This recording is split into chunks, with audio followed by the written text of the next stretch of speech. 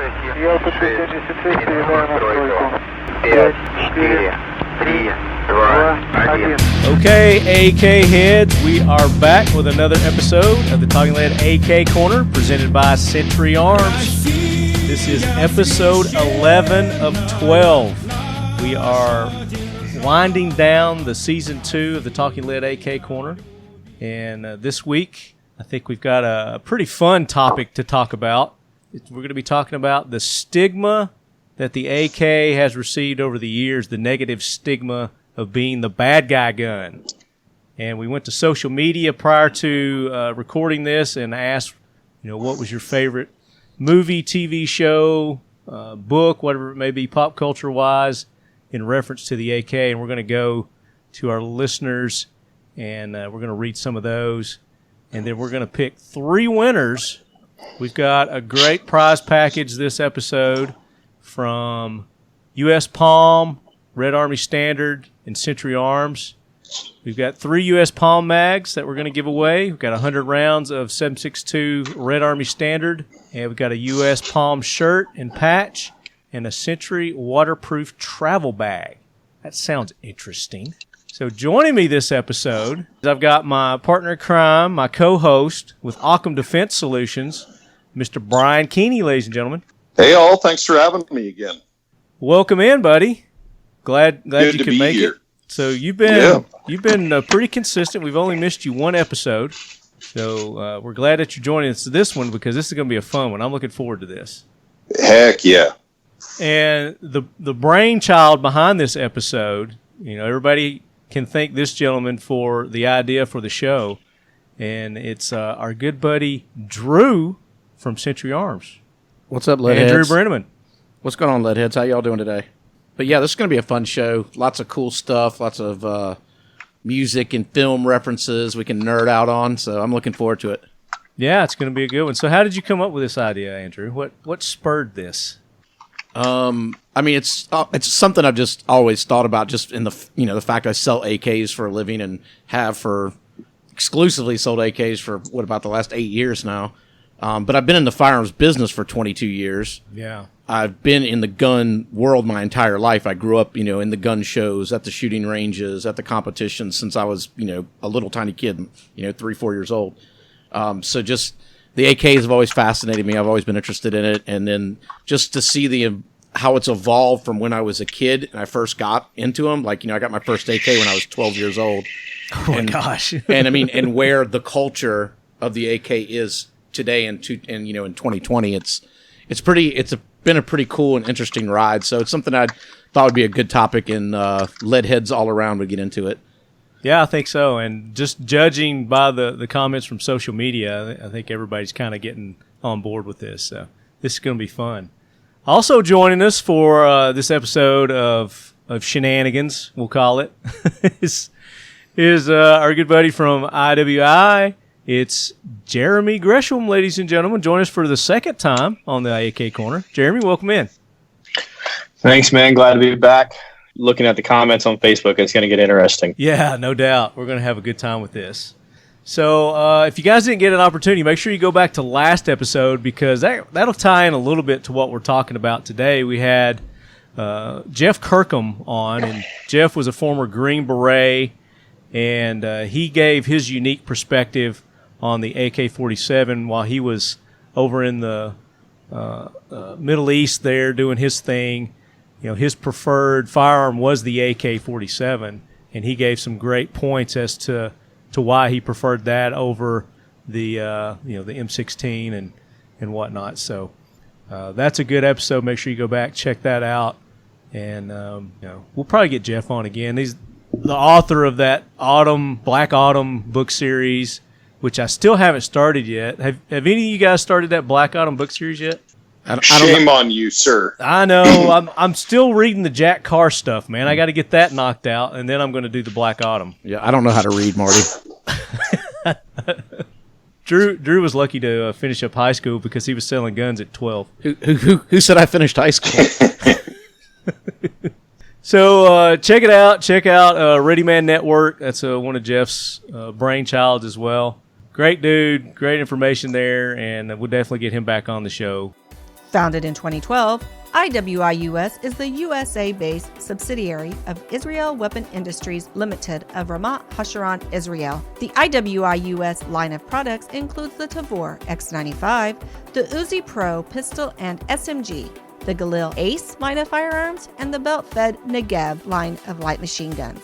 IWI's mission is to bring the highest quality firearms with real world-proven reliability to the U.S. commercial and law enforcement market. IWI US are proud sponsors of the Talking Lead AK Corner and the Leadhead Brigade. Check us out at www.iwi.us and on social media under IWI US.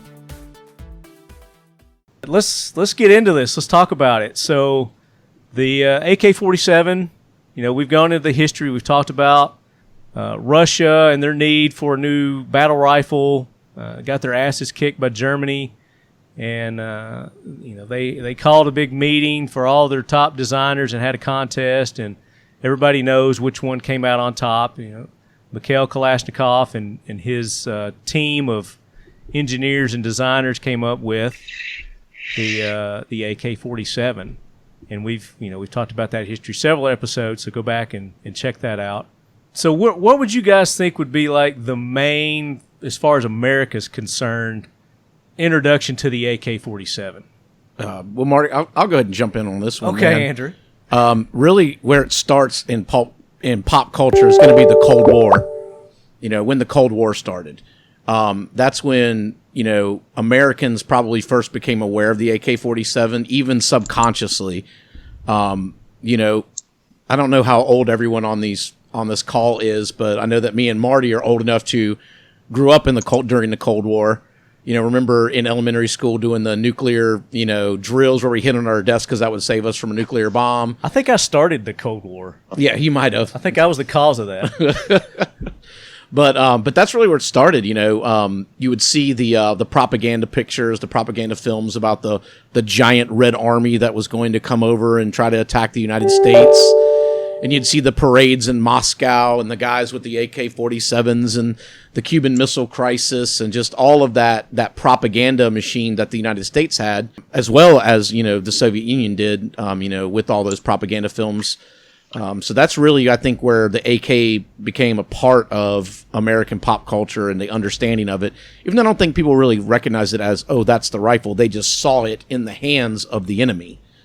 So right then and there, I think, is when the AK got its bad name.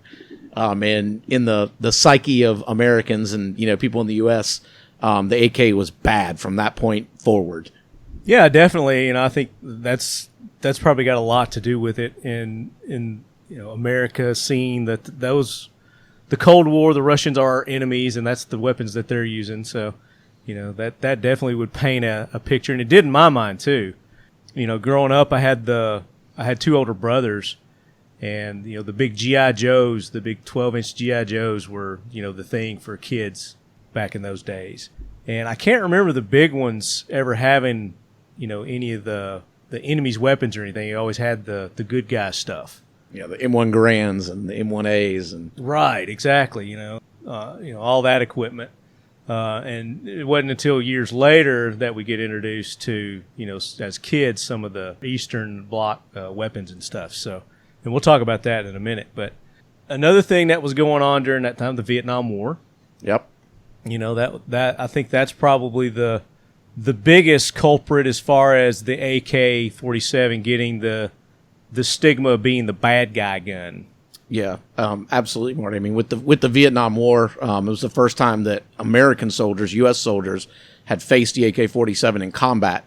So, our soldiers were firing at them with our, M16s, and they were shooting back with, AK-47s. So that was kind of the first introduction of U.S., American culture to the AK-47 in combat. Yeah. And that stigma lasted for a very, very long time on both sides, because that was what originally brought interest in the AK to United States consumers on a commercial side. But it also stigmatized the AK, gave it a real bad rap. Growing up, like I said, it kind of ingrained it. That's the thing that just really ingrained it is because we were actually getting firsthand accounts of the AK, and the AK was kicking our ass. Mm-hmm. But it wasn't in the beginning of the war, because in the beginning of the war, the Viet Cong, they didn't have the arsenal. Yeah, they were using Mosins and SKSs primarily. Crappy stuff, and their guerrilla warfare tactics was getting them through until Russia and China came through and started funding them and providing the arsenal that ended up really causing us a pain in the ass there in Vietnam. What about you, Jeremy? I mean, I agree. I mean, like you said, the Vietnam War is really when our soldiers became like accustomed, that's the first time I've ever seen it. And then on top of that, they were dealing with the malfunctions of the M16. Yeah. So, yeah. The propaganda that was being pushed back on whichever side of the fence you look at. But I mean, not only were we getting were we having problems with the M16, but we were also, they were contributing that to the problems that were going on in Vietnam. And then they were like, well, then, you got a superior firepower with the AK, and this is what we're going up against. This thing doesn't jam. And then you've got guys coming back saying, we picked them up and started using them. That's when you probably had a good bit of people trying to bring them back over as war trophies. And like, look what I took type thing. But then shortly, as you get into the 80s, further past all that, then the U.S. gets inundated with, surplus AKs. And then all of a sudden it's like, it was being publicized as the cheap weapon system. So not only was it our weapon of the enemies, but it was also inferior, quote unquote, to what America can produce type thing. Yeah, absolutely. Yeah. And then, the Vietnam War was 1955 through 1975. And like you said, the Americans came out with the M16. It was the first time that the M16 was used. And in the beginning, unfortunately, yes, they did have a lot of issues with that. Improper gunpowder. They didn't use the recommended gunpowder. It was getting gummed up. The ammo just wasn't really working great. A lot of jams, a lot of rust. They weren't using the coated barrels, and they just kind of trial and error. Unfortunately, what was happening was, the troops would, whenever they could get the AKs, they would take the AKs, and they would get piles and piles of the AKs, and they would reappropriate them to their special forces units, and the special forces units would take those AKs and go in and wreak havoc. They would reappropriate some of the ammo too. I read this in an article, some warfare tactics that they were using. They would intentionally produce bad ammo and put it out there for the enemy to find. And of course, they would get that ammo and start using that ammo, and it would be backfiring on them and blow up in their face or, whatever. And they would do the same thing with the guns too. So for a while there, they were telling the U.S. troops, if you find an AK laying around or you find some ammo, don't use it, don't take it, because more than likely it's something that they sabotaged. So I thought that was kind of cool. For sure. Yeah, and that was probably also part of the propaganda war to keep the guys from picking up enemies' weapons and using them. Could have been, yeah, definitely could have been. But once they figured out the issues with the M16, then they reissued it, and it did a lot better. But still, the AK was the superior gun there. I would say superior for dependability, but some of the guns that the Viet Cong were using were not exactly hardcore, high quality AKs that we associate with the gun nowadays. Sure, yeah, but they were getting the reliability and the function that they needed out of it. Yeah. But in the beginning, our government officials and leaders were telling our troops, how crappy that the arsenal was, and in the beginning, the Viet Cong arsenal was. We mentioned that earlier, how crappy their weapons were, and I think once the AK started coming in, everybody just had that in their mindset already, that the AKs were such crappy guns and useless weapons. Yeah. But they found out to the contrary. But yeah, so I mean, as far as the pop culture thing goes, I mean, the Vietnam War ends. We're in the 70s. There's still not a supply of AK-47s in the commercial market. There's not guns for people to buy. Not in America. Not in the U.S. at this point. I mean, not in America. Yeah, the Cold War is still happening. These guns, just the profile of an AK-47 is basically evil. It's communist. It's bad news. and that is where the AK lies for quite some time, until the bamboo curtain comes down, to when we normalize trade relations with China, and that is really where the commercial market or the buyer's market for AKs in the U.S. starts. I don't even remember the date of when that started happening, but I remember the first time I started seeing AKs as a kid, and in like for sale, and that was in the mid 80s. You started to see them pop up. The early Chinese stuff, the Polytechs, the Polytech Legends, the Underfolders. Of course, then also all the the Comblock Chinese handguns, the Tokarevs. A lot of the Tokarevs would come in 7.62 by 25. But that's when the guns actually really started to come in and be available in the U.S. market. They were extremely cheap. They didn't cost nothing. I mean, they were basically the high point of their day. To where people, they worked. They went bang. They were somewhat accurate. They were dependable, but they were super, super cheap, and they got a real bad rap. So, gun people, quote unquote, gun people shunned it horribly. Well, and it's not just because of the Vietnam War. I mean, obviously that is a big contributing factor to it. But I mean, you look at in the news during that time, AKs were being used. During the Munich Olympics, Germany, 1972. 8 young Palestinians disguised as athletes entered the Olympic Village, carrying the Kalashnikovs, in their duffels, and they seized the Israel athletes. That was huge back in the day. That was all over the news. Oh, yeah. So bad guys with the AK there causing terror. Back in the 80s in El Salvador, you had the guerrillas, East Germany, North Korea, and Cuba, global network to arm the Soviet-friendly groups. Yeah, absolutely. All Central America was flooded with Kalashnikov-style rifles, as well as Galils. And we have Jeremy here. That's right. All of Central America was completely saturated with Galils and Kalashnikov-style rifles. Well, that's something that Russia did too. Is they basically patented it out. They're like, here, go make our guns for all their allied countries. Yeah, and they would also a free funnel pass. Yeah, they would also funnel them in illegally. I mean, just like the U.S. was doing. We were backdoor funding and arming all kinds of counter-revolutionaries in the shadow Cold War.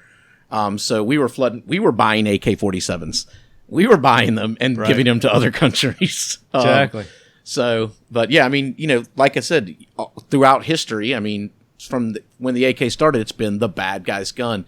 Then you have the drug cartels in the 80s using the AK-47s, and that was if you were doing a shock story in Florida in the 80s, of a cocaine bust or a shooting, they showed a picture of a Mac 11 or an AK-47 every time.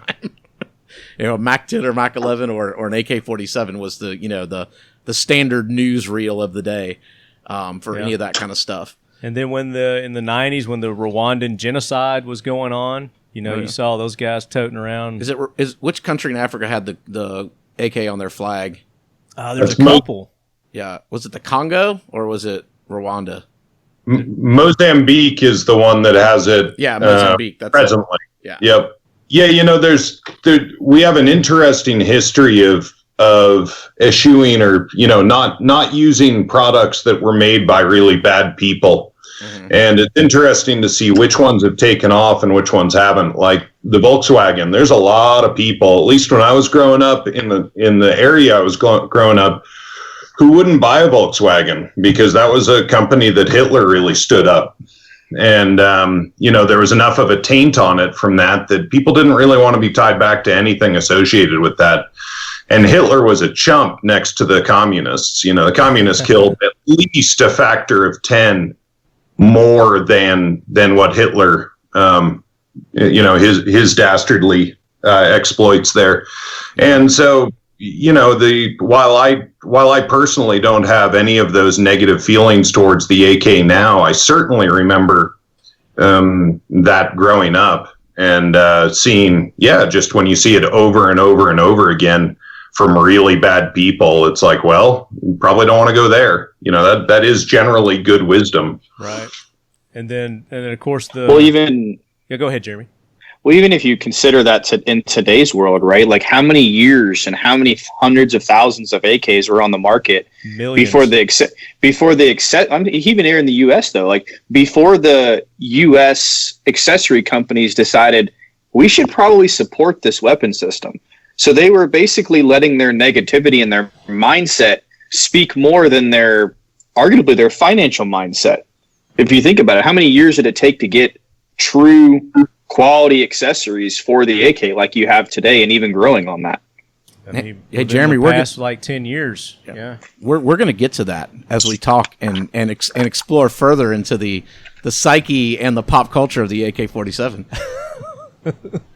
I'm glad somebody's got a handle on this show. Yeah, but we are definitely going to get to exactly what Jeremy's talking about, and at least my theories on why that is and why it's happened. But for all intents and purposes, though, since 1955, the bad guy to America, that any person we've considered bad, there's always a picture or video of them running around with an AK of some sort. Absolutely. Yeah. And it's like the news goes after that photo to drive that point even more. And then if you look at it,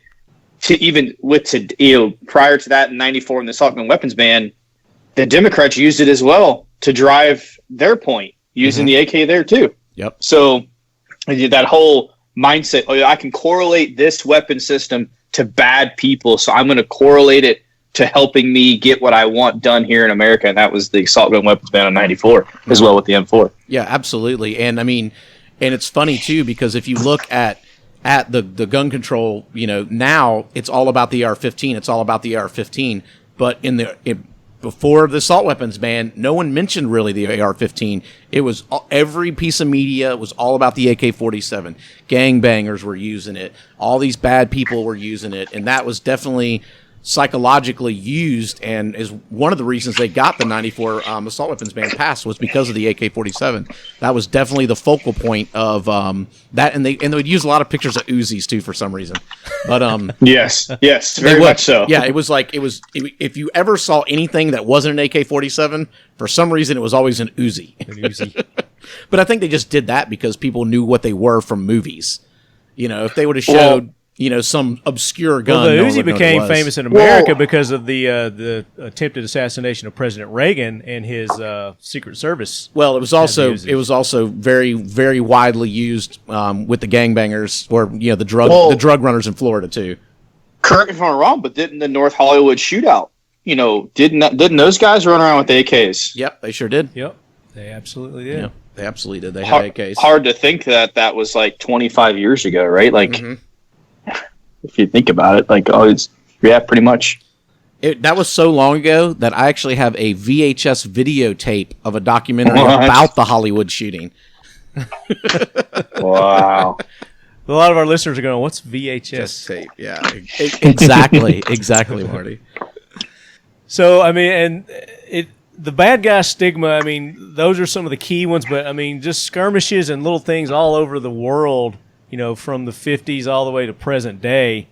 Like I said, El Salvador, the Hungarian Revolution, obviously the Iraq War was, big on the stigma of the AK, the Afghanistan skirmishes that we've had, even Russia, when Russia went over there and was trying to kick Afghanistan's ass. That's kind of Afghanistan, or Russia's Vietnam was the Afghanistan when they went. It absolutely was. It was a proxy war they fought in Afghanistan, and we bought illegal AKs and gave them to the Mujahideen. Right. I was gonna say, how many hundreds of thousands of AKs did we spy there to go back after him?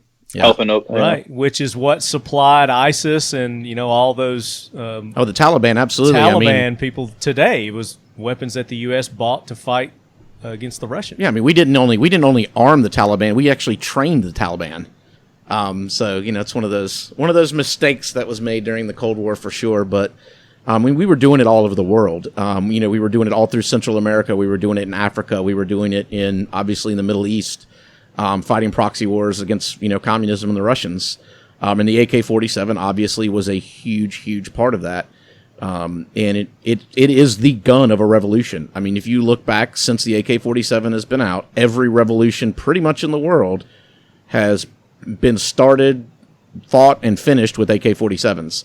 You don't see any revolutionary forces using, M16s or AR-15s for the most part. It's been the gun of the people, the gun of the revolution, always has been.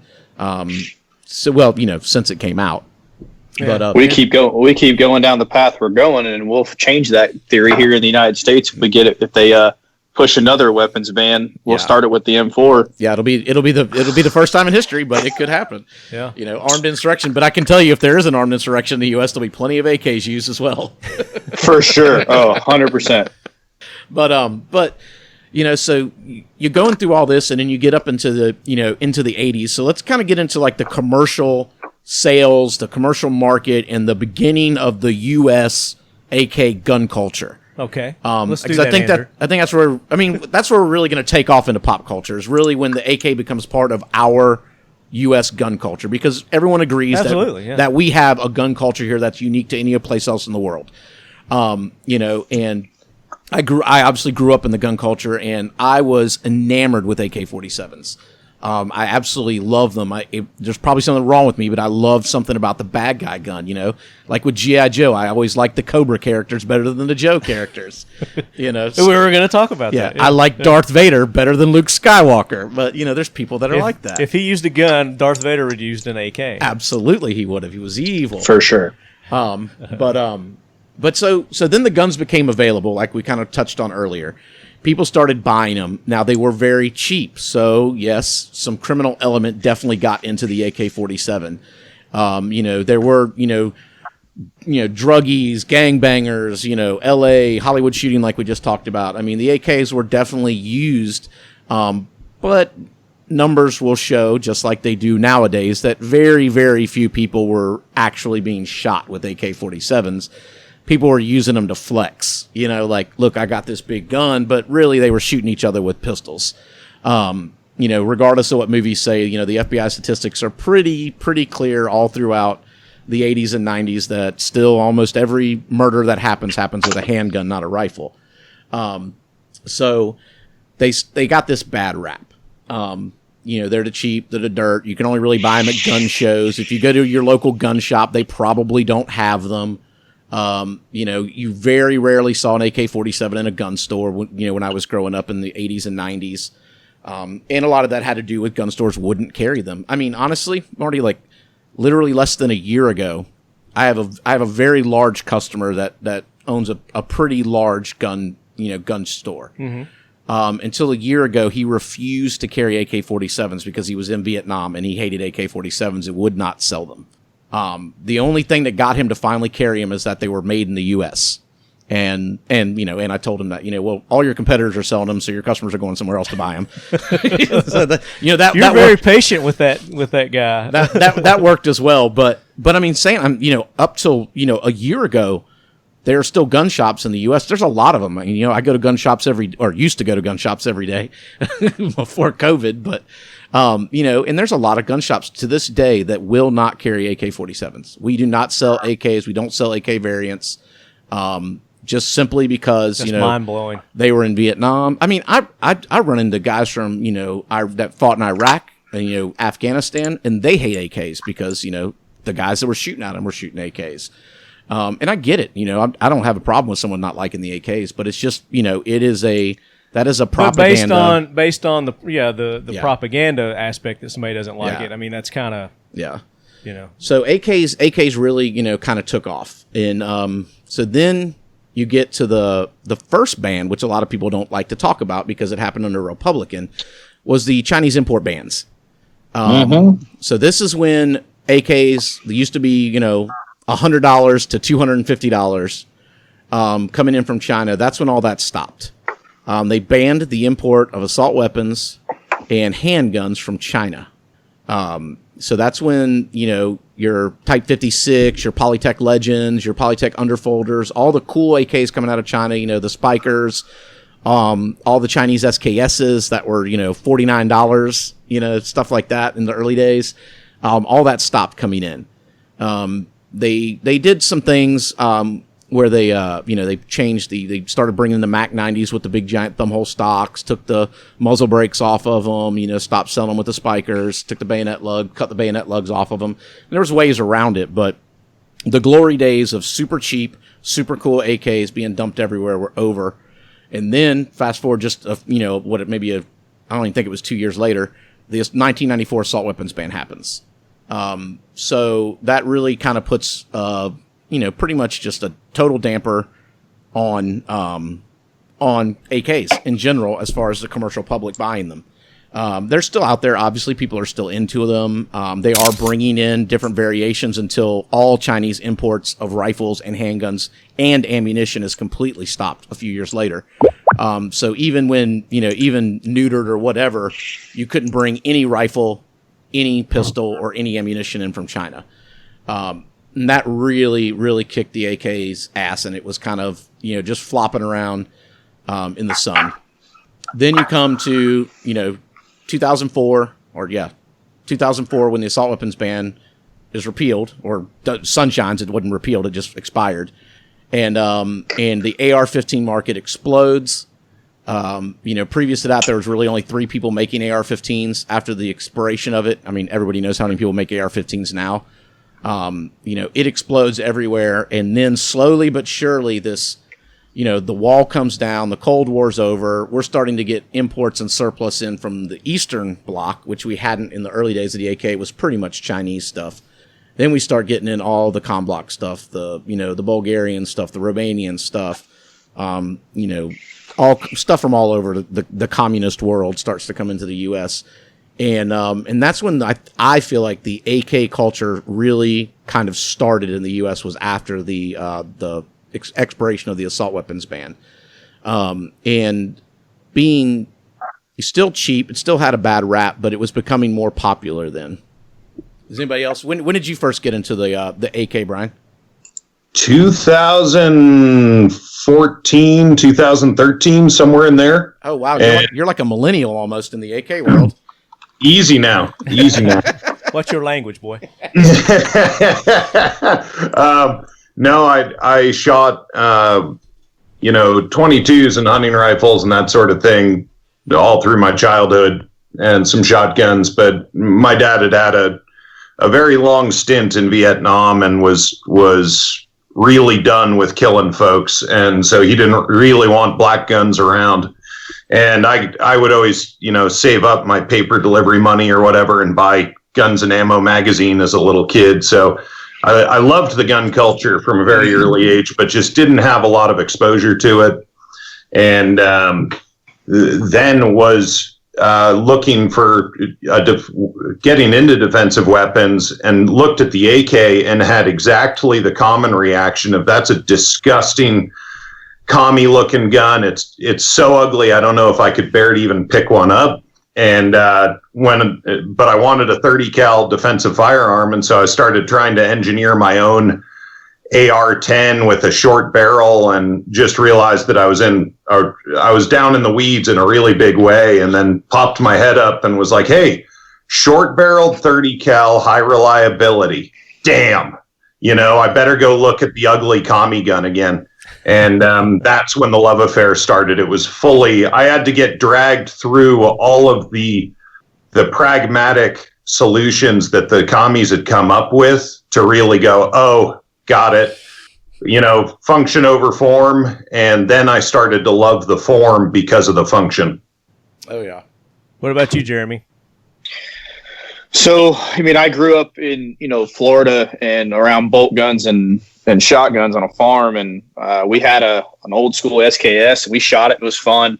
I really didn't get into like a love affair with it until when I deployed overseas with the military, and you start studying more of what you're actually being shot at with, and what it could do in the wound channels, and then you have a new appreciation of something because you're studying ballistics at that point, and you're studying, how you're finding weapon systems that are significantly older than what you're carrying over there, and yet they're still running, they're covered in rust, and they just keep chewing up and spitting out.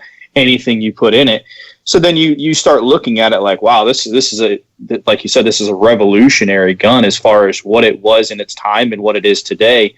And then as I got out of the military, I ran a gun store, and talking to them, like what you're talking about, prior to the 94, they were buying pallets of SKSs and AKs, for pennies on the dollar, it seemed like, and they were selling them for as cheap as they could get them.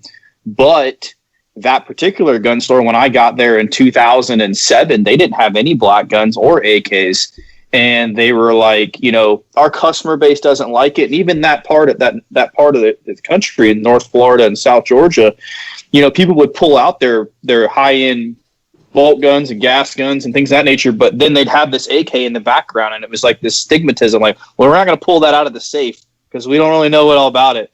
And then eventually the store came around to more AKs, more M4s, more defensive sporting rifle stuff. And, with today's world, it's modern technologies help progress the AK into the next generation of gun buyers and gun culture. So let's get into the pop culture. Let's talk about the movies, the TV shows. There's been tons and tons of movies about the Vietnam War. I think they're still making movies about the Vietnam War. The Green Berets back in John Wayne's day, was based on the Vietnam War. Now I've not seen that movie. Have any of you seen the Green Beret? How have you not seen that movie, Marty? Is that even possible? Because there's so many movies, Andrew. Well, it's John Wayne. I can only watch so many movies. But it's John Wayne. You should have seen every movie he's made anyway. No. Okay, well, that's a really good one. But I don't know. Are there AKs in that one? Oh, yeah, absolutely. There are AKs in that? Or are they using the old, pre-AK weapons in that? Because I watched some clips on it, and I couldn't find any AKs in it. Yeah, there were some AKs in that movie. Okay. I'm pretty if sure. If you say so. I mean, I haven't seen it in a long time, but I can't imagine there weren't. I don't know. But yeah, I mean, there's so many great examples. But especially of the early Vietnam movies. I mean, it was the bad guy gun. Absolutely. And it was the hero that was taking down the guy with the AK. So that Hollywood definitely helped contribute to the stigma of the bad guy gun. I mean, you can go Platoon. Hey, what was the movie? Deer Hunter. What was the movie that Gunny was in? That really terrible one. Oh, the something at Firehouse. Gloria. Firebase Gloria. Yeah, that was. They had some AKs in Firebase Gloria, dude. That's right. Earlier, that's like one of his earlier movies. Yeah, he was like the star of that movie. That was a really good movie. You guys should check it out. Firebase Gloria, starring the Gunny. There's some kung fu in it too. It's pretty badass. So I have the joy of having a few Vietnam era Green Berets as customers, and nice.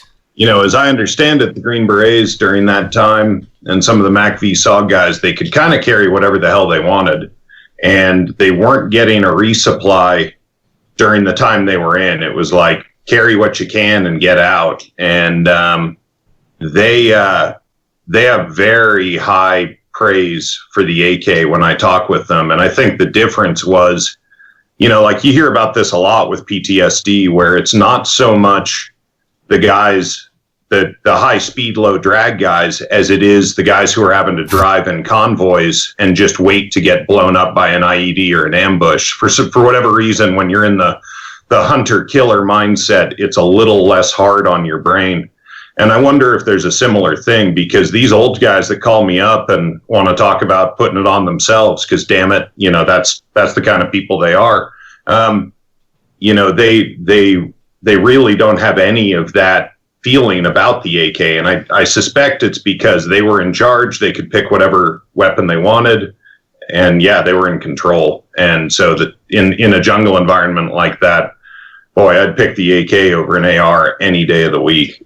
Yeah, for sure. But what was the really, really Full Metal Jacket? No, not Full Metal Jacket. Another Gunny movie? Yeah, which is probably the one that really made him super famous was Full Metal Jacket for sure. But I'm thinking of his appearance on X-Files. Oh, you think that was it? No, Heart's Darkness was the book it was based off of. But why am I? Apocalypse Now. Apocalypse Now. Yeah, one of the greatest Vietnam movies ever made. Yeah. It's freaking awesome. But yeah, tons and tons of AKs in Apocalypse Now. Yeah. But yeah, it's I mentioned earlier the Deer Hunter. Yeah, Deer Hunter. I don't want that one to fall through the cracks. That was a very good movie. The ultimate Rambo First Blood Part 2, which I don't think anyone is going to argue with me that that's not probably the most popular, best Vietnam era movie ever made. I mean, we got M60s, we got AK-47s, we got everything in that. Our listeners can't watch Andrew right now, but just trust me that if you could, Andrew, you wouldn't argue with him. At the conviction with which this man shows in his body right now is, yes, sir. Yes, I'll agree with you. I will agree with you. I mean, Rambo First Blood Part 2, that and Red Dawn, which is the greatest of all, com block. Well, now we're going to get to that one now, but that's those a little different. Those two movies changed my life. All these movies leading up to the Rambo and the Red Dawn, it's been the bad guy gun. So it kind of switches around in Red Dawn to where the good guys use the bad guy's gun against them. And thus, I mean, you see the Red Dawn, you see Patrick Swayze and the Sways, dude. And Charlie Tiger Blood Sheen. Rocking the AK, and C. Thomas Howell. I mean, he just goes nuts with the AK and the RPGs, and I mean, that movie I think was probably a turning point in people's mind and the image of the AK-47 to where good guys are using it now. No, absolutely. I mean, I've pretty much based my entire life off of that movie, so. There's that. You are wearing your Patrick Swayze shirt today. No, man, I'm wearing my I can't even say what I call this shirt, can I? No, you can't. It is an AK-47 with a rainbow magazine. It shoots nothing but positive vibes. There you go. It is. One I would differ with you very slightly, Marty, in that I wish you would, please. I don't think the AK is necessarily viewed as the pop culture tool of the good guy as much as it is of the outlaw pirate Han Solo type, the reluctant good guy, the bad guy who every woman with daddy issues is trying to rescue. That's that sort of image is what is conjured to me. Rambo. Yeah. Yeah, you're not going to argue with Andrew. He's very passionate. I mean, you think about it, like the Rambo, the first movie, he's shooting cops. Then the second movie, he's shooting VCs breaking out of a prison camp. It's like he was not necessarily a good guy. He was a good guy that had some bad tendencies. No, he was a victim. He didn't have bad tendencies. He wanted to be good. I will disagree with you all day on that. Wow. Rambo was not a bad guy.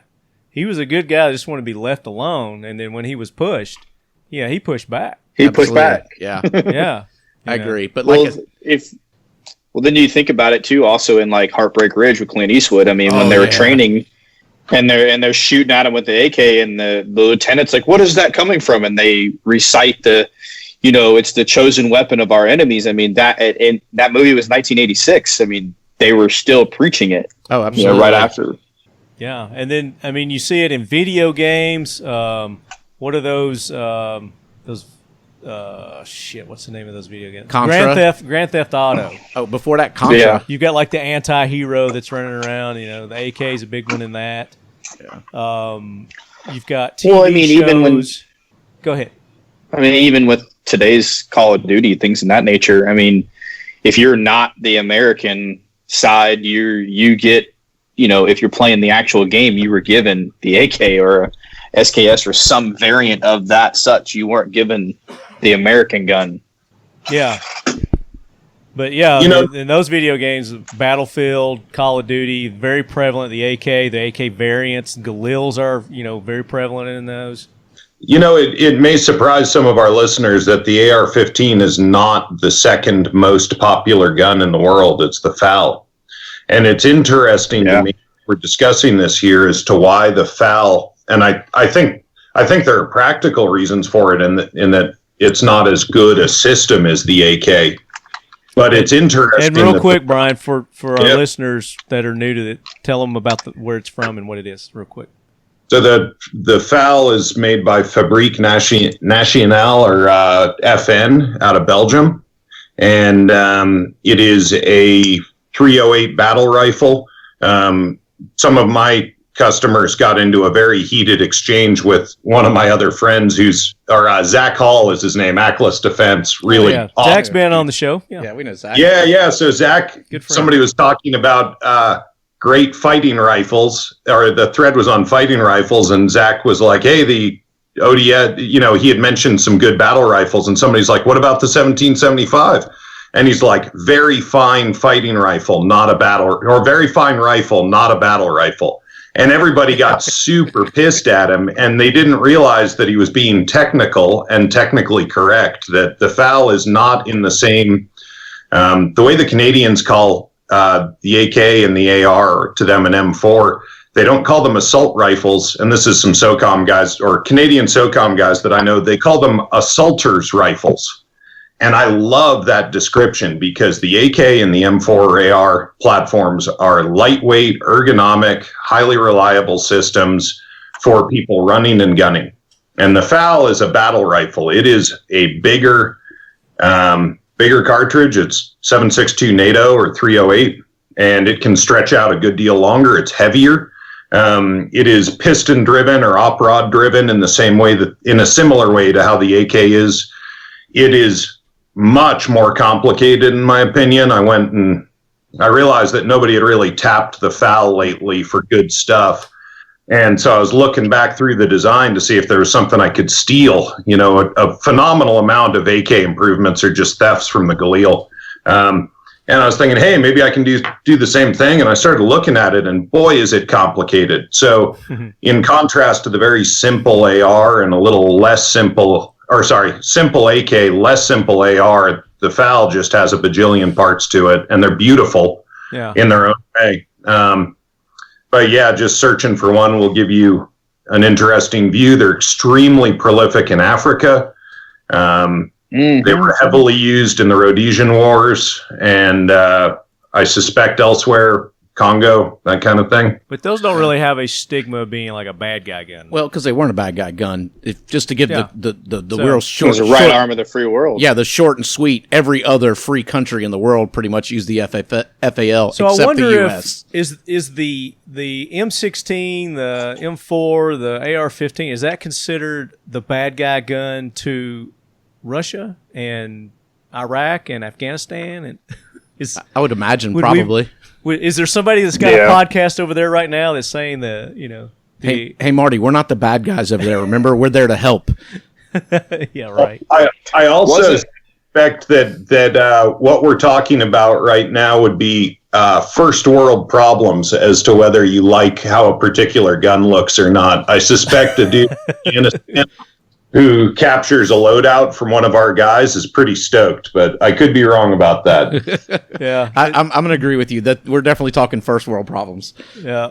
So another movie that I think really exemplified, what we're talking about on the AK-47 and really brought it brought awareness to it was Lord of War.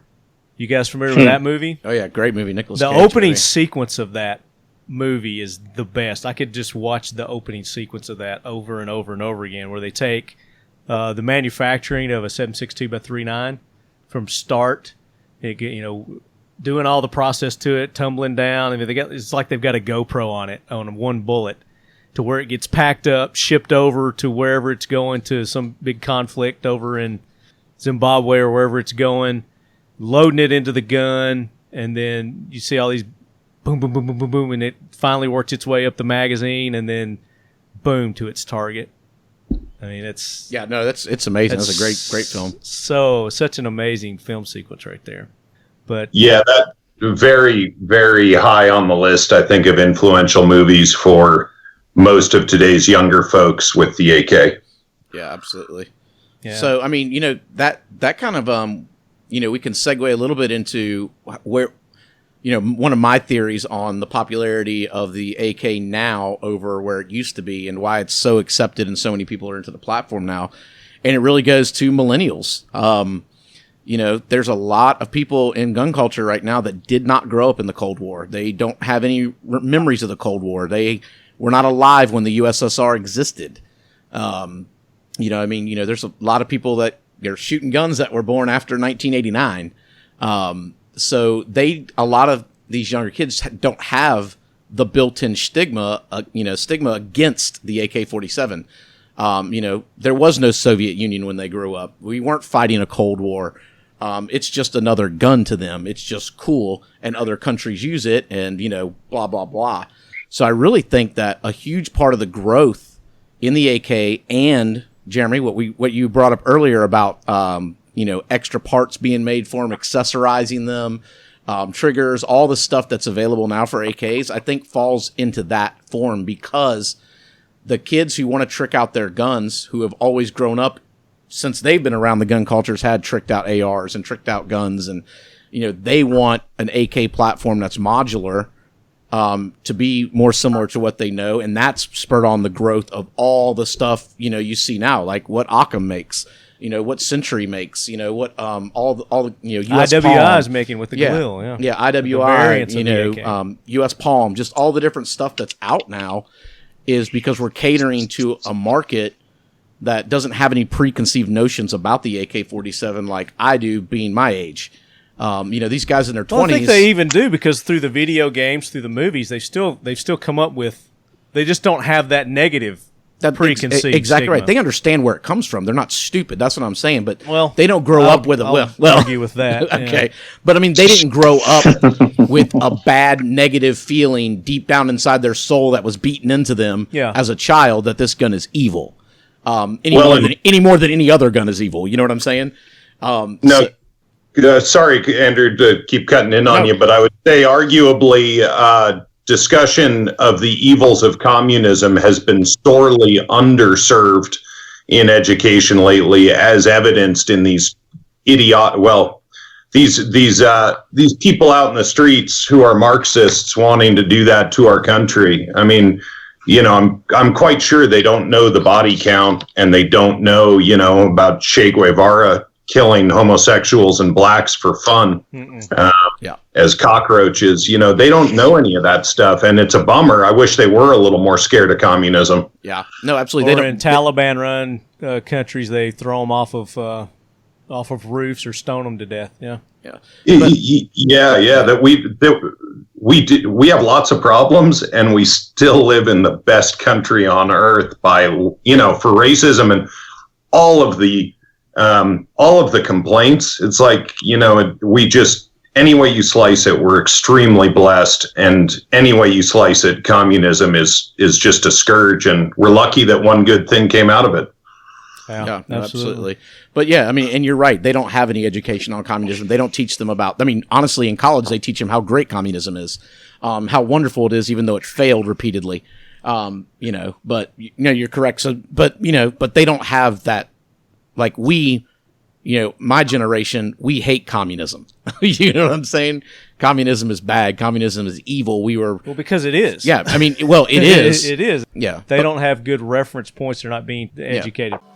This episode of the Talking Lead AK Corner Season 2 is brought to you in part by Occam Defense. The guys at Occam love the AK, but didn't love burning their hands, getting cut by their pre-sharpened gun, or the lack of options for accessories. After spending a few years in the lab, they've recently released the ODS 1775, which brings the best of the AR family to the Kalashnikov's reliability. It's still an AK under the hood. AK mags, forged Polish AK parts, but with American aerospace manufacturing practices and ingenuity. Check them out at OccamDefense.com or on Instagram at Occam Defense Solutions.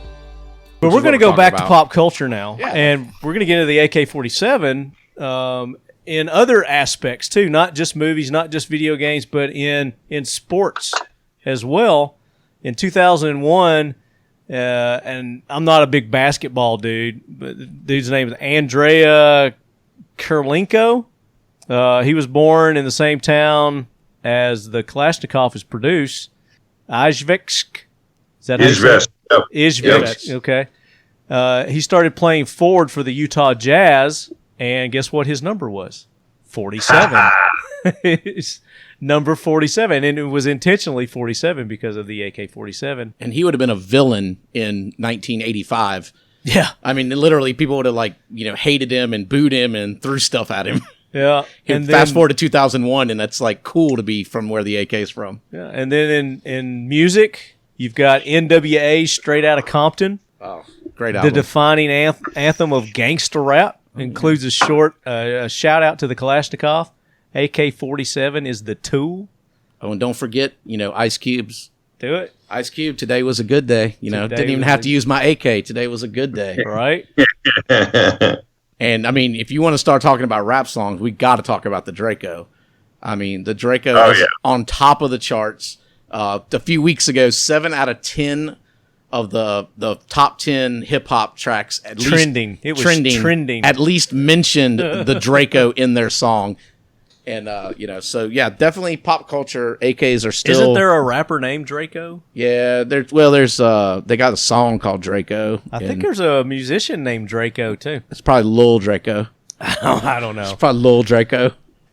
I don't know. If there isn't one, that's my new rap name. Check your Google. I don't know. In 2005, there was this schwanky designer guru, Felipe Stark. He released a line of gun-shaped lamps, and one of those was in the shape of an AK-47. It was available in chrome or gold. Great for armchair dictators. Damn, I need one of those. Oh, yeah, we need to Google it, see if they're still available. Maybe they're on Amazon. I'm going to have to get me one of those. And then in 1996, Brooklyn hipsters declare their allegiance to the borough and their superiority over fellow gentrifiers by wearing AK beckoned defend Brooklyn t-shirts. It had like a AK and then it said defend and then Brooklyn underneath it. Yeah, there was a trend of those going on for a while, and then our boy over at Indo Apparel in California, he's got Defend Freedom ones that were kind of copied off that Brooklyn shirt. Okay. Cool. If anybody likes weird, crazy, cool AK shirts and AR shirts, Indo Apparel guy's pretty cool. He's got some cool stuff. If you've never checked him out, so all ages are getting just all kinds of exposure to the AK. Even in the 80s, I'm a kid of the 80s, and when the small GI Joes came out, like we mentioned earlier, Cobra, their weapon was the AK-47. The Cobra soldiers had the AK-47, and throughout the years of that toy line, they came out with different variations of the AKs, and they had Galils and very realistic toys. So, I mean, even 10-year-old, 8-year-olds, however old you are when you get your GI Joes, getting exposed to the AK-47. And what was great about those is on the card, they had a bio and they talked about the character and they talked about their weapons, and it's very, very detailed, very realistic. Oh yeah, and of course I've got some good controversy for you guys here. Mm-hmm. When I was a little kid, the bikes that we learned to ride on had banana seats on them. Oh yeah, you guys remember the banana seats? Stingrays, baby. Schwinn Stingrays. You could fit like 3 people on one seat, and they were great for learning to ride on because you could kind of shift around until your legs could sort of touch the ground. Uh-huh. And also during that time, I remember all of us little kids talking about the banana clip.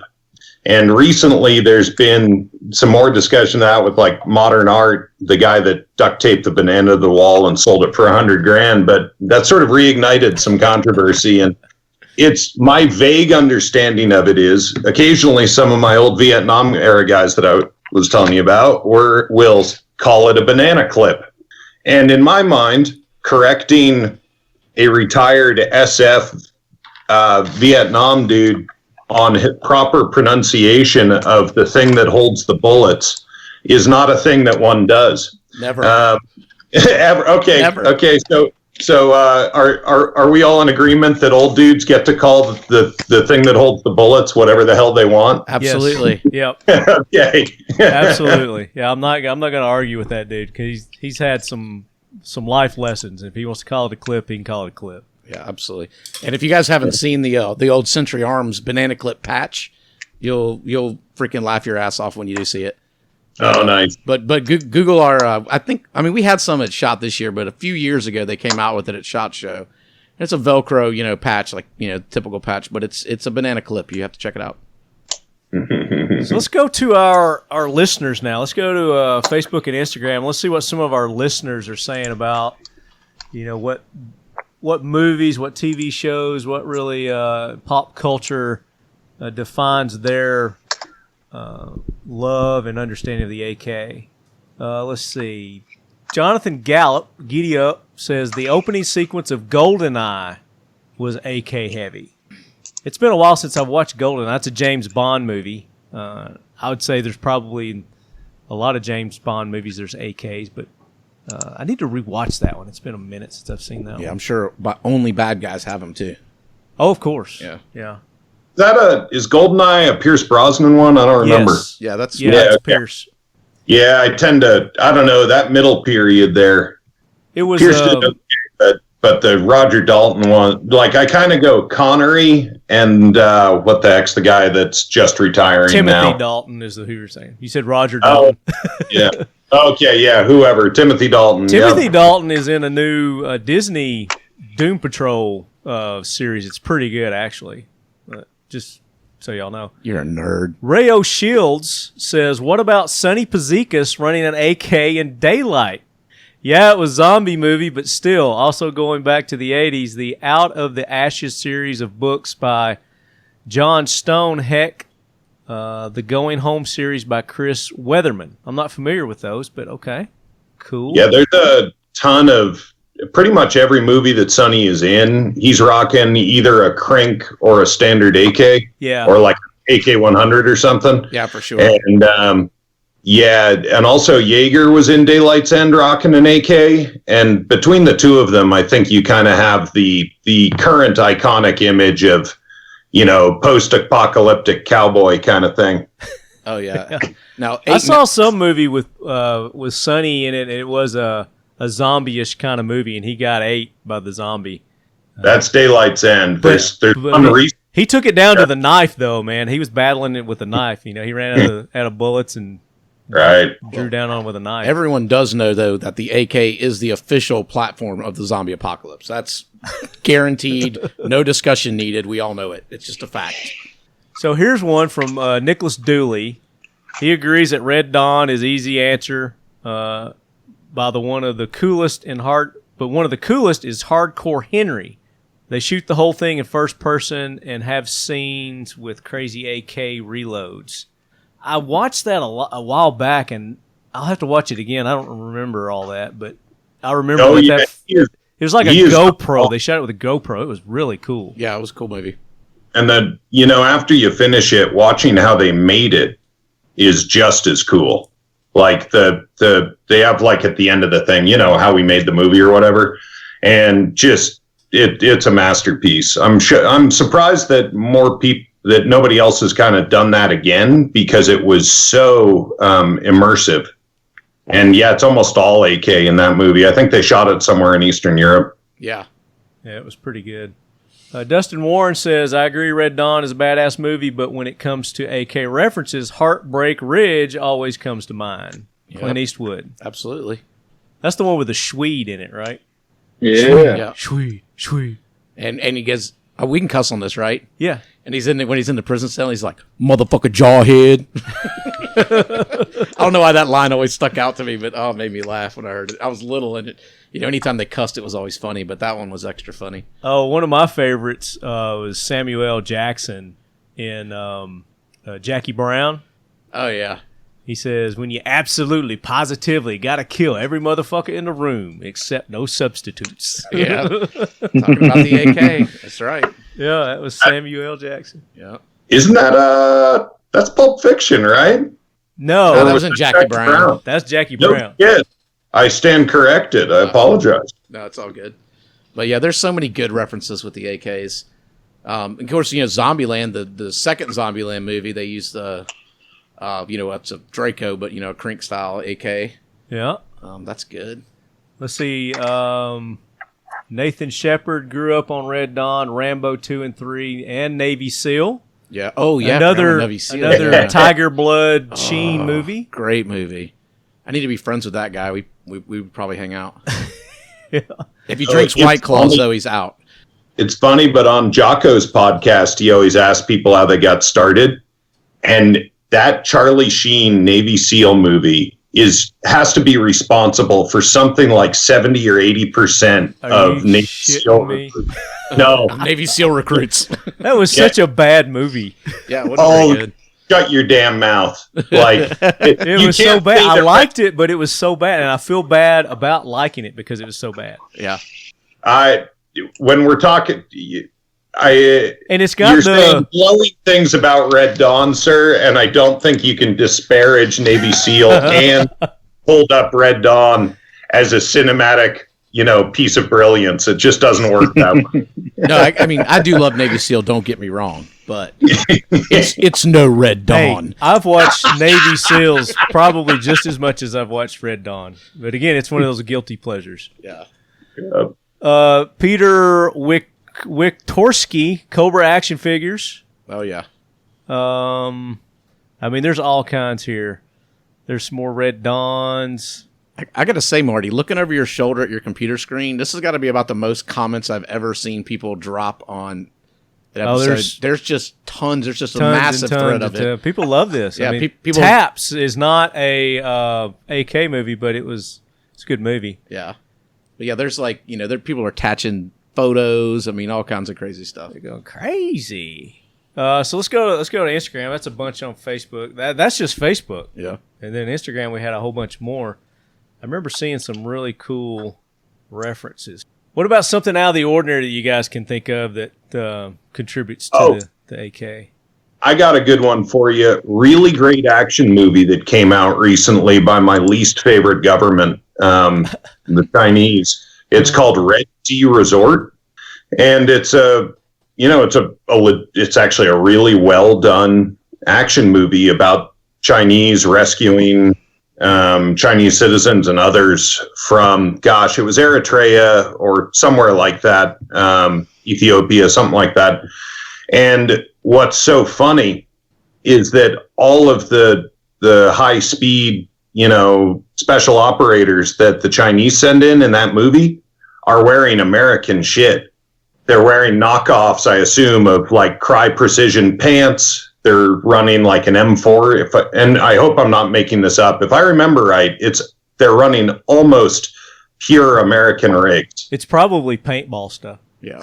No, it's funny. I've seen that movie on either Netflix or Amazon Prime, and I hadn't watched it yet, but it piqued my interest, and it's like in my to watch section, my queue. Yeah, I'll have to check it out then. What's also really interesting about that movie is what the Chinese government is trying to tell you with the movie. Mm-hmm. And that analyzing their culture through it. And I realize that's a tricky business, but I really enjoyed seeing what the Chinese film industry thought a good movie was. Mm-hmm. A good action movie. Yeah. So going through Instagram, Lord of War's on here, Red Dawn, 007 GoldenEye, Heartbreak Ridge, Chris Howard says Heartbreak Ridge, Bird Brain Industry says Blood Diamond. That was a pretty good movie. Yeah, there was a lot of AKs in Blood Diamond. That's true. Yeah. Tropic Thunder. I was saving that one because I got one right here. That's what I was saying. And my favorite is from Austin Whalen. He throws in Tropic Thunder. Tropic Thunder. It was very heavy in the AK. It was a great movie. It was so wrong. It was so right. They could not make that movie now. No, they could. No, they probably already took it off Netflix. Probably. Fucking Downey Jr. doing blackface. Oh, brutal. My God. I'm just a dude playing a dude who's another dude. Definitely not getting away with that one today. No way, man. And that spawned a saying that actually Christian Green of Green Force Tactical, I think, coined it when he saw something that I did to his holsters to do what I thought made them better. And he replied to the picture that I sent him, "You went full engineer. Never go full engineer." Oh, yeah. Tropic Thunder is canceled. It's canceled. You guys remember the Firefly?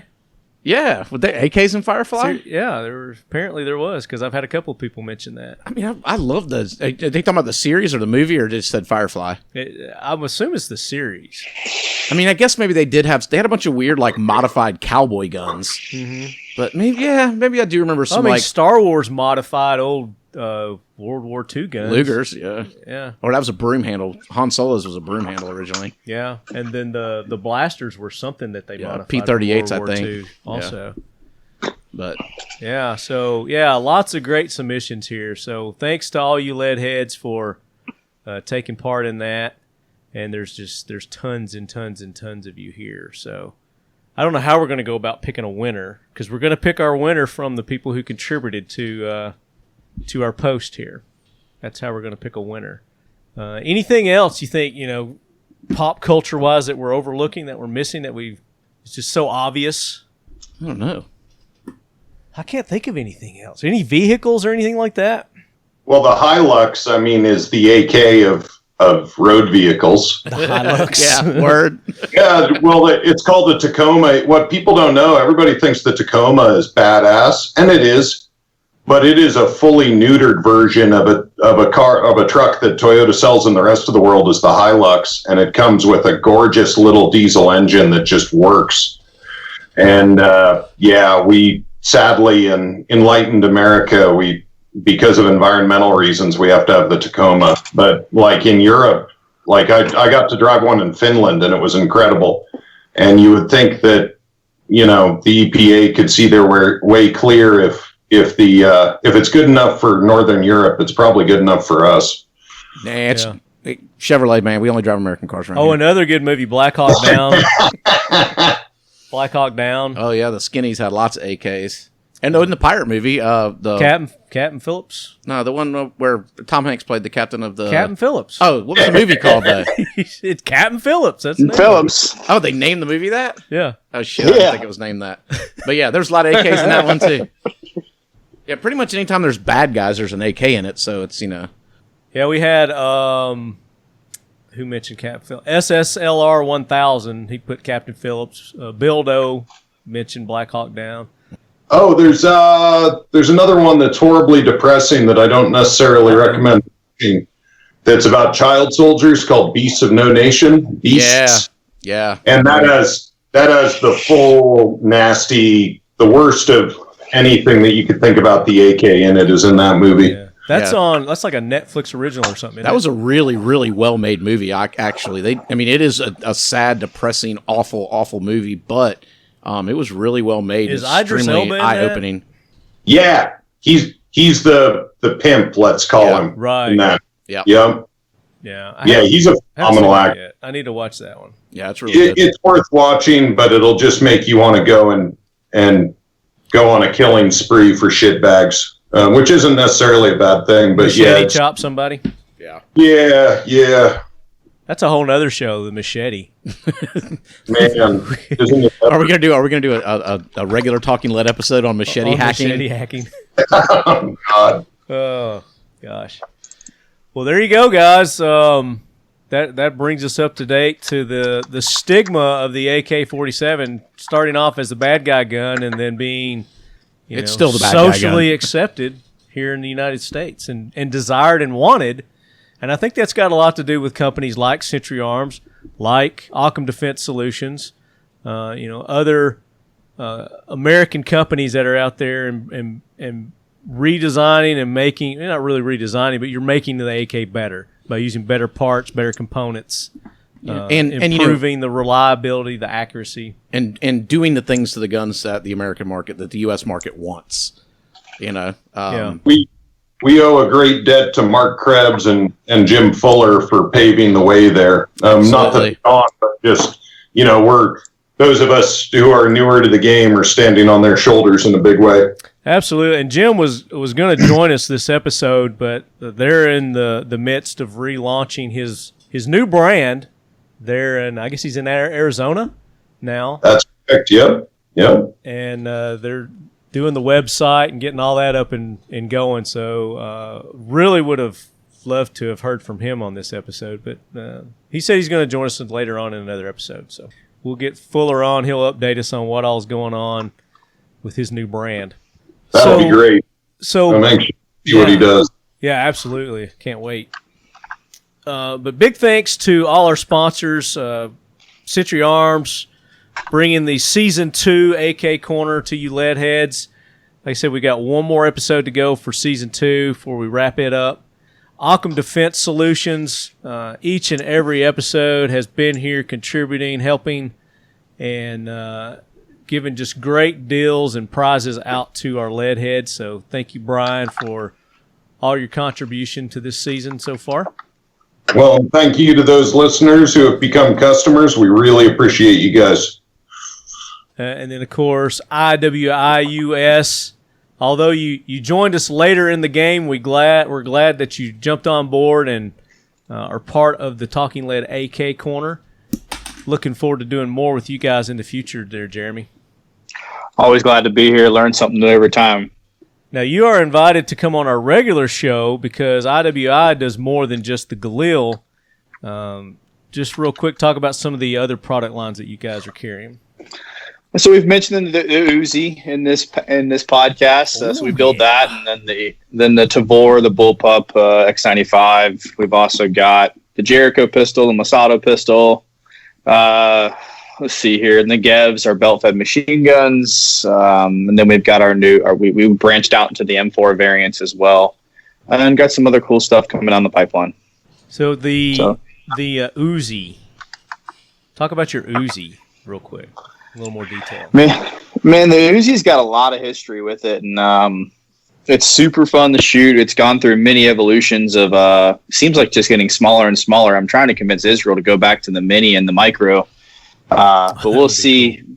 But it's just similar to the AK, and it's just long-standing history of just running. That's what the Uzi's known for in its pistol variant or rifle variant, for however you look at it, and then Delta Force with Chuck Norris and the Uzi kind of just sticks out in everybody's mind. There's somebody, his movies, Delta Force and all those that Chuck Norris did. I bet there's some AKs in some of his movies, too. Oh, yeah, bad guys have them. He did some, yeah, they're the bad guy. He did some Vietnam stuff, too, where he's going and finding the POWs. Absolutely, dude. What was that called? Was that Delta Force? That was something else, wasn't it? I think it was something else. I can't remember. But, yeah, Chuck Norris. But other than that, we're just continuing to update some of the OG stuff, and then bringing online some newer stuff as well. Just as we talked about earlier, giving the American market what they truly want in our weapon systems. So, Leadhead, shoot me an email, talkinglead@gmail.com, if you'd like to hear an episode on the Uzi. I want to see what the interest is on us doing an episode of just the Uzi. Shut up, Andrew. No, I think Uzi's a great idea, but I cannot believe we forgot this. You were saying, what was the one pop culture thing we're forgetting that's so obvious? What? It was the Chuck Norris Missing in Action movies. Missing in Action? What? Yeah. I can't believe we all forgot that, but that is like so AK heavy. And I didn't see any of our listeners that mentioned that either. No. Yeah. That came out the same year. Missing in Action came out the same year as Red Dawn. Oh, wow. Well, it probably got overshadowed by Red Dawn. That's probably what it is. There you go. So, Brian, real quick, Occam Defense Solutions. Talk about your Hex Mags, your new, or not your new, but you guys have started reproducing the rear sight towers.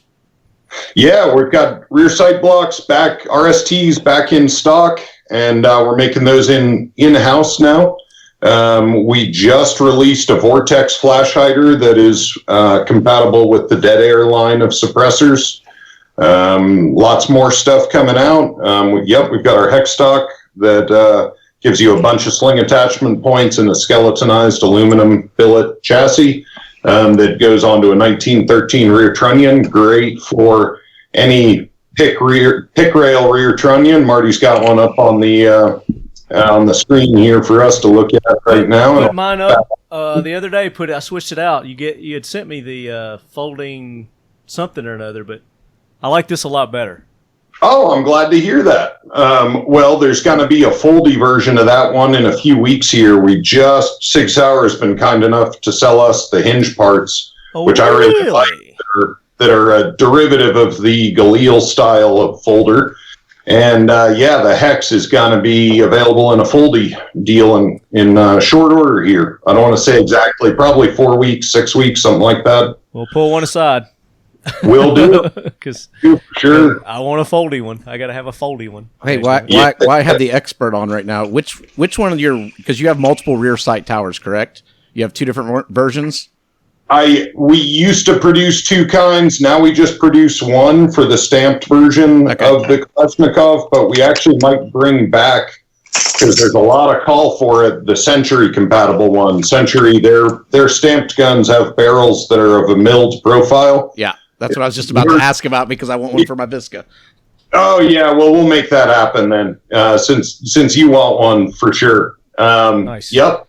Yeah. All right, real quick before you go, I know you got to go. Go to Instagram or Facebook, whichever one you've got, and pick one of our winners. The one that Brian picks is going to win the U.S. Palm shirt and patch and the waterproof travel bag. Oh boy! Drum roll.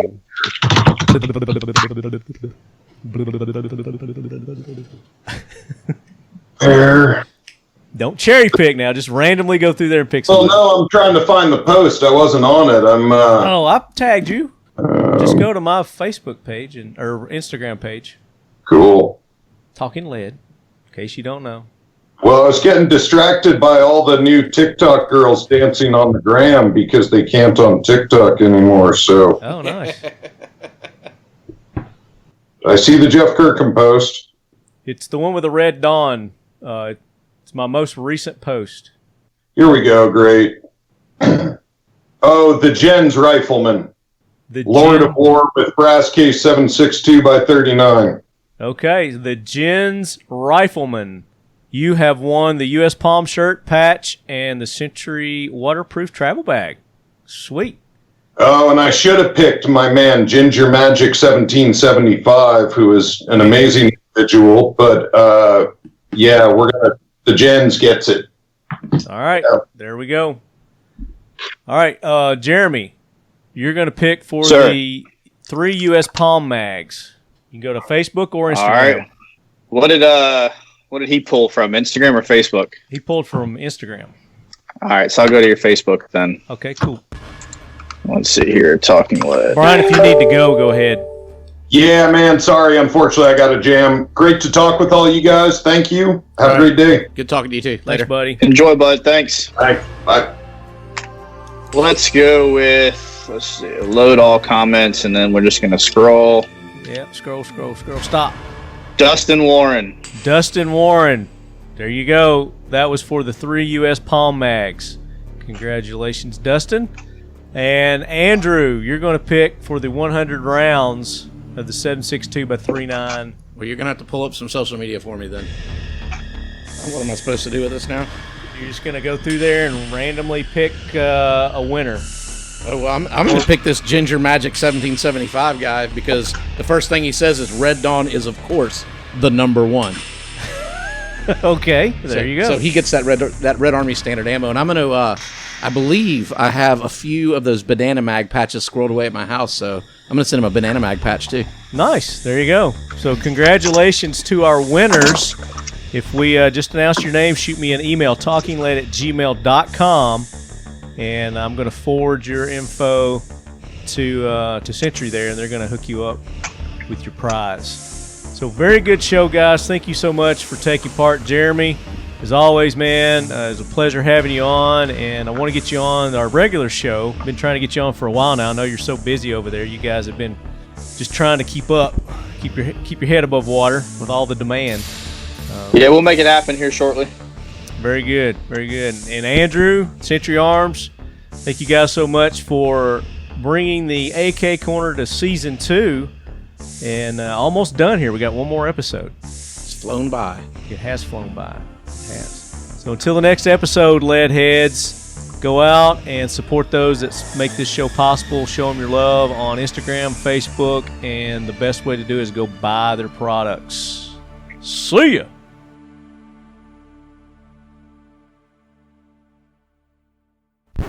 Outtakes. This chair is so loud, Marty. Every time I move, it's like. It's because you're so big. Fuck you. There's Did you just call me fat? I just said big. I didn't say fat. But you insinuated that I was fat. I heard. Yeah, it's an uncharacteristically bad hair day for you. You normally got that shit on lock. Had my hat on at the gym today. Ah. Yeah, me too. I went to the gym today. Had my hat on. That's why my hair's a mess. That's what I was thinking. I was throwing up a lot of weights today with my hat on. Threw down 2 sausage, egg, and cheese biscuits. That's all I threw down today. You know, get your work in any way you can. Hey man, those biscuits ain't for no bitches. I tell you that. Biscuits and I did not have any biscuits today. But now that you mention it, I'm gonna have some tomorrow. Marty, the lead quarters is a mess. You need to clean up in here, buddy. shut the fuck up. Right. I feel like you guys would resonate with that. Yeah, I'll have to check that out. it's pretty great. The Burt guy, he's the one who doesn't wear a shirt during his stand-up. Is that the guy? Exactly the man. Yeah, and he is the real person that the movie Van Wilder is about. The 7-year Really? party animal. Yeah, Rolling Stone did an article on Florida State, and they heard legend of a dude that had been there for 7 years and was the king of all party animals, and that was Bert. That was Bert. That's how he got. I believe that that. was Bert. I believe that. Yeah, totally. Yeah. That's hilarious. If I would ever made it to college, I would have been Bert. Oh, that's not a bad way to go, man. I was him for 4 years. How did you do that and make it through with an aerospace degree? Well, you're that damn smart, I guess, is the answer. But I'm impressed. I don't know. It was. I amazed myself.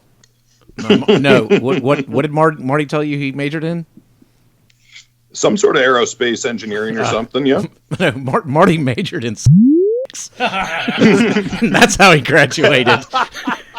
There it is. Life of a bachelor, man. Man, it looks like the dirty room in the back of a Somali cave. And by the way, everybody, Natural Light Seltzer and Aloha Beaches sucks. the flavor.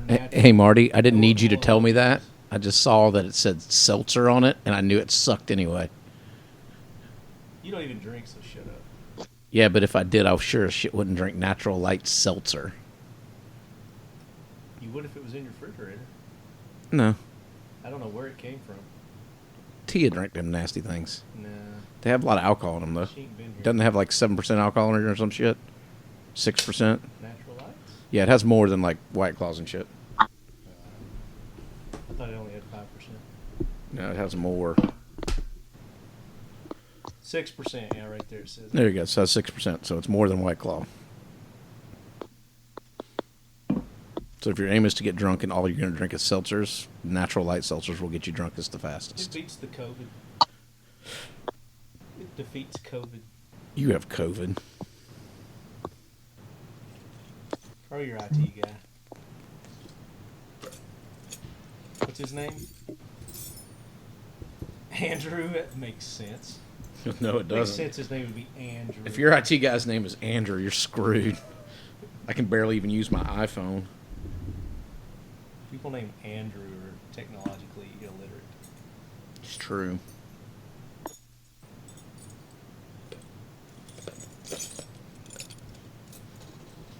I like this Obsidian Arms AR-15 armor punch set you had, Marty. Yeah, it's a nice punch set. Yeah, I'm going to steal that shit from you. Actually, I'm just going to go order one. Obsidian's got some pretty nice stuff. Is it giving you an error message? You're an error message. Is this happening, Marty? This is getting ready to happen. All right, let me get geared up then. Hold on.